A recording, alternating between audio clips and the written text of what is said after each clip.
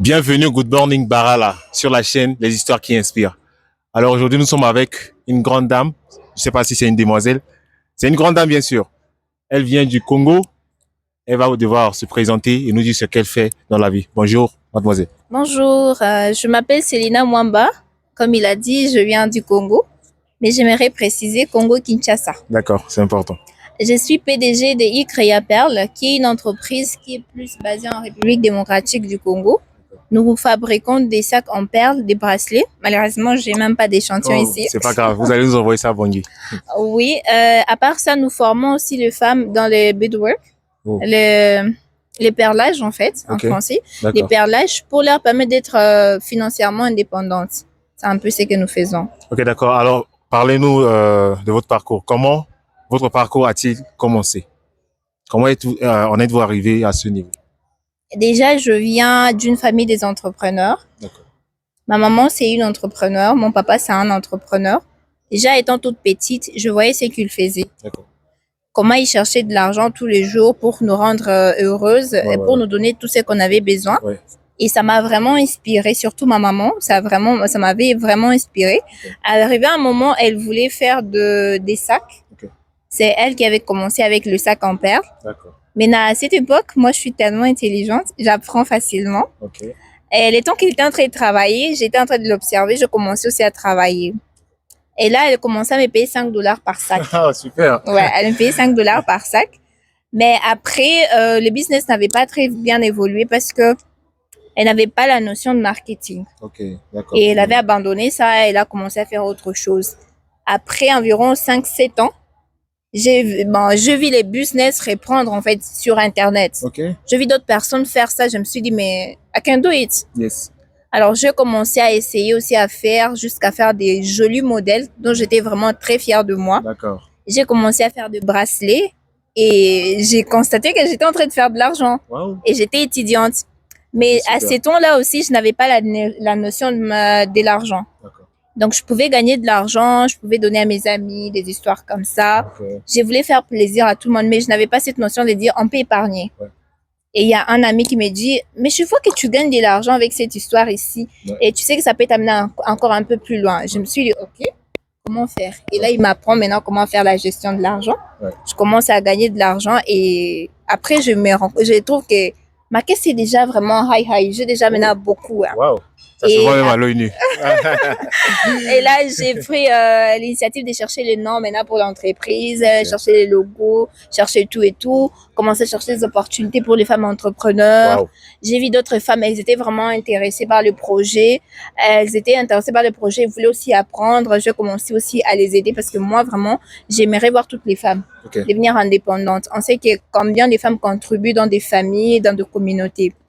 J'ai commencé à les former aussi et aujourd'hui, il y a certaines, elles vivent, par exemple, je vais donner Marine Zagabe.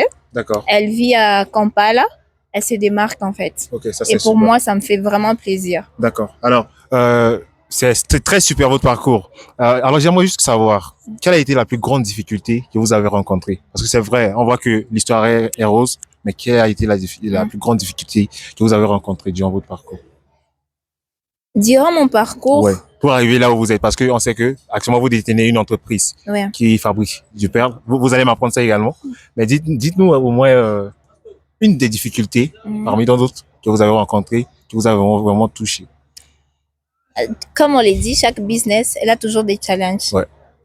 Personnellement, au début, je voulais avoir vraiment un stock. Okay. Mais je n'avais pas vraiment de financement. J'étais encore étudiante et mes parents, ils voulaient que je me concentre plus sur les études. Donc, ils ne pouvaient pas être en mesure de commencer à financer, sinon j'allais vraiment être focus dans le business et laisser le travail. Ça, c'est vrai. À part ça, il y avait aussi pour trouver les raw materials. C'était vraiment difficile pour moi de trouver le matériel. Okay. Alors, les commander ailleurs et les amener, c'était vraiment, vraiment compliqué. Oh. Et ça poussait à ce que des fois, je n'étais pas honnête avec mes clients. Okay. Je ne pouvais pas honorer certaines commandes, mais avec le temps, j'ai pu renouer quelques relations avec les gens et ça évolue. D'accord. Alors, quelle est la plus grande leçon que vous avez apprise dans votre parcours? Ok. Bon, depuis que j'ai commencé, j'ai appris que aucun business n'est bizarre. Aucun Super. business ne peut échouer. Ouais. Ça dépend juste des stratégies que tu vas utiliser. Exactement. Ma maman, lorsqu'il avait commencé, elle n'avait pas de stratégie. C'est pourquoi il avait abandonné. D'accord. Mais moi, après, j'ai essayé de rénover. Il faut juste savoir comment rénover et comment faire le marketing. Et Exactement. tout le business pourra vraiment très bien marcher. D'accord, ça c'est être une leader. Prendre quelque chose qui existe déjà et mettre à un niveau. Ça c'est super. Alors, notre toute dernière question est de savoir quelle est votre vision pour les prochaines années à venir. J'irais vraiment trop, hein. D'accord, allez, on vous suit. Allez-y. D'habitude, nous utilisons des marques Alibaba, nous utilisons des marques Zara, D'accord. nous utilisons des marques Gucci, Ouais. Louis Vuitton. Ouais. Pourquoi ne pas faire des Icrea Perle, une marque qui est Wow. internationale, qui va au-delà vraiment de notre continent africain? Pourquoi pas? Pourquoi ne pas aller en Europe qui aussi utilise des sacs, surtout avec nos perles en tant qu'Africains? Parce que vous voyez déjà ma tête, Ouais, quand même, je vois. j'ai essayé Vous de êtes mettre trop des naturel. perles. Ouais. J'ai mis les perles parce que c'est déjà l'Afrique qui gagne. Ouais. Pourquoi ne pas aussi pousser nos innovations ailleurs pour que ça soit aussi connu à l'international, en Europe, aux États-Unis, en Amérique?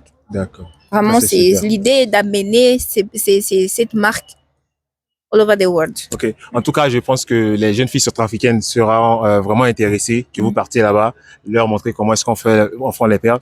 Alors, votre tout dernier conseil pour la jeune génération. Votre tout dernier conseil.